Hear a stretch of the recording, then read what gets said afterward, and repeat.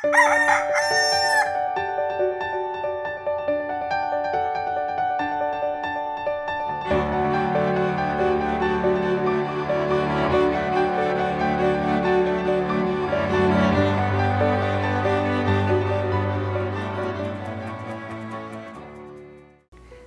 umaga mga kapamilya.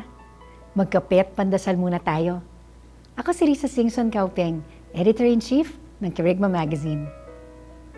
Nung huli naming bakasyon, may ilan kaming mga planong matagal nang hinanda na hindi natuloy. Dapat ay magkikita kami ng aming mga kaibigan upang mamasyal.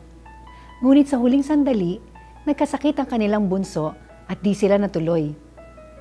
Medyo bumagsak na ang loob ko doon dahil sa mga magagandang plano naming tila nasayang.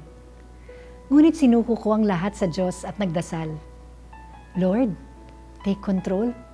Bahala ka na. Kayo nang mag-ayos ng aming bakasyon. Pagkatapos nun, biglang nagkaroon ng bagong plano kung saan nabisita namin ang mga kaibigang hindi nakarating dahil nagkasakit ang kanilang anak. Ang saya tuloy ng kinalabasan ng aming bakasyon. Siguradong may mas magandang plano ang Diyos para sa atin kung handa lamang tayong isuko sa Kanya ang ating imperpektong kagustuhan. Minsan, hindi natin batid na ang mga atraso o abala ay Kanya palang paraan upang bigyan tayo ng mas mahusay na biyaya o di kaya'y iiwas tayo sa panganib. Kung magtiwala lamang tayo na in control siya, mawawala ang ating pagkayamot sa mga plano nating nadiskaril. Tayo manalangin.